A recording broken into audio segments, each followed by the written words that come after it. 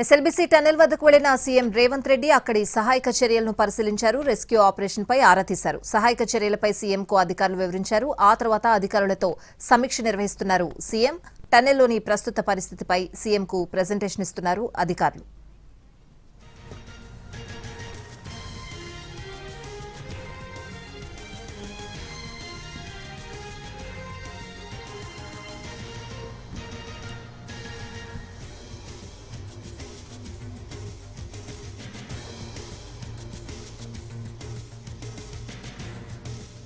So little bit I have idea how the KPM machine is working.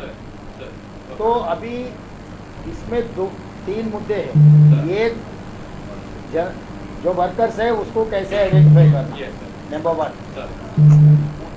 वो जिंदा है मुर्दा है उसको बाहर लेकर आना, this is one factor. Second factor machine को कंडीशन क्या है, कैसे है, क्या करना. If it is working condition, that is one solution. If it is not working condition, we have to take other call. Right? तो वो निकालने के लिए भी आप इतना दूर से उतना सॉलिड वो धीरे धीरे धीरे धीरे एक एक दिन को एक एक मीटर मीटर मीटर चलते गया. पटों पे इसका सिस्टम में साल लगे उतना दूर जाने के लिए. फिर वापस लाने के लिए आपका कोई सिस्टम सपोर्ट नहीं करने वाले, क्योंकि उसको खींचने के लिए भी you need more horse power. उतना सॉलिड मशीन आप बेच नहीं सकते. मैनुअल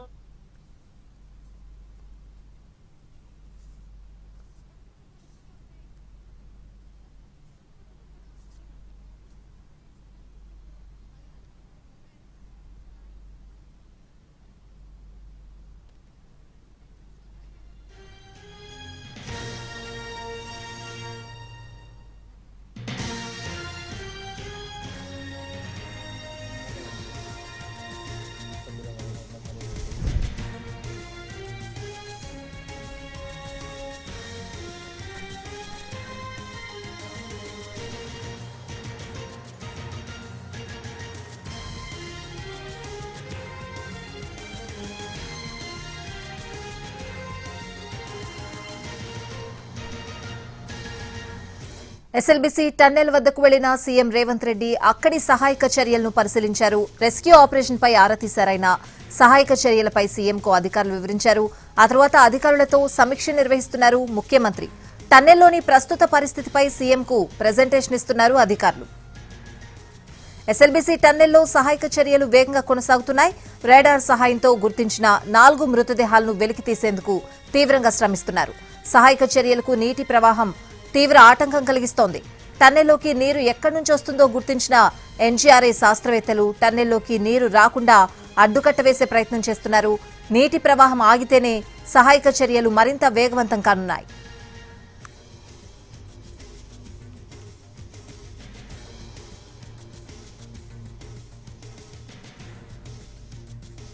ప్రస్తుతం సహాయక చర్యలపై సీఎంకు అధికారులు వివరిస్తున్నారు. ఆ తర్వాత అధికారులతో సమీక్ష నిర్వహిస్తున్నారు సీఎం. టన్నెల్లోని ప్రస్తుత పరిస్థితిపై సీఎంకు ప్రెజెంటేషన్ ఇస్తున్నారు అధికారులు. సీఎం మీడియాతో మాట్లాడే అవకాశం ఉందా లేదా పూర్తి అప్డేట్స్ అడిగి తెలుసుకుందాం. మా ప్రతినిధి రవి ఉన్నారు. రవి, ఏం జరుగుతోంది ప్రస్తుతం? స్వాతి, ఎస్ఎల్బీసీ టన్నెల్ వద్దకు చేరుకున్నటువంటి సీఎం రేవంత్ రెడ్డి ఇక్కడ అధికారులతో సమీక్ష సమావేశం నిర్వహిస్తున్నారు. ప్రమాదం జరిగినటువంటి తీరు, అసలు ఎలా జరిగింది ప్రమాదం సంబంధించింది అనే దానిపైన, అదేవిధంగా ప్రమాదం జరిగిన తర్వాత తీసుకున్నటువంటి సహాయక చర్యలు ఏంటి, ఎదురైనటువంటి ఆటంకాలు ఏంటి అనే దానిపైన పూర్తిగా ప్రజెంటేషన్ ఇస్తున్నారు అధికారులు. రెస్క్యూ ఆపరేషన్స్ ను చేస్తున్నటువంటి అధికారులతో ప్రస్తుతం సీఎం మాట్లాడుతున్నారు. ప్రస్తుతం రెస్క్యూ ఆపరేషన్స్ ఏ దశకు చేరుకున్నాయి, లోపల ఎలాంటి ఆటంకాలు ఎదురవుతున్నాయి, వాటిని ఏ విధంగా అధిగమిస్తే లోపల ఉన్నటువంటి మృతదేహాలను బయటకు తీయొచ్చు అనే దానిపైన సీఎం రేవంత్ అధికారులను అడిగి తెలుసుకుంటున్నారు. లోపల వాళ్ళకు ముఖ్యంగా వాటర్ ద్వారా పూర్తి స్థాయిలో ఆటంకం ఎదురవుతోంది అనేది విషయాన్ని కూడా సీఎం సూచించారు. అయితే ఎన్డీఆర్ఐ శాస్త్రవేత్తలు కూడా ప్రస్తుతం సమీక్షలో ఉన్నారు. టన్నెల్ లోపలికి వాటర్ వస్తున్నటువంటి మార్గాలను కూడా అన్వేషించామని చెప్పి టన్నెల్ పైన ఉన్నటువంటి అమరాబాద్ టైగర్ రిజర్వ్ ఫారెస్ట్ లో ఉన్నటువంటి 3 వాగుల ద్వారా టన్నెల్ లోపలికి వాటర్ వచ్చి చేరుతుంది. ఆ వాటర్ ను అడ్డుకట్ట వేస్తే టన్నెల్ లోపలికి వాటర్ రాకుండా ఉంటుంది. ఆ తర్వాత రెస్క్యూ ఆపరేషన్స్ వేగవంతం అవుతాయి. లోపల ఉన్నటువంటి మృతదేహాలను కూడా తొందరలోనే బయటకు తీయొచ్చు అనే విషయాన్ని కూడా ఎన్డీఆర్ఐ శాస్త్రవేత్తలు ప్రస్తుతం సీఎం కు వివరించారు.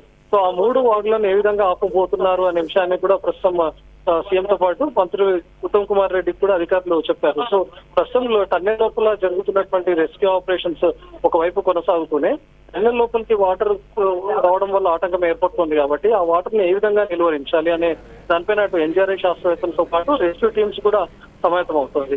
ముఖ్యంగా టన్నెల్ 450 మీటర్ల పైన ఉన్నటువంటి ఆమ్రాబాద్ టైగర్ రిజర్వ్ పార్క్ లో 3 వాగులు ఉన్నట్లుగా గుర్తించారు. ఒకటి మల్లెల తీర్థం నుంచి ఒక వాగు, అదేవిధంగా మల్లెవాగు, మరొకటి ఉర్సు వాగు. ఈ 3 వాగుల ద్వారా వస్తున్నటువంటి నీరంతా కృష్ణానదిలో చేరుతుంది.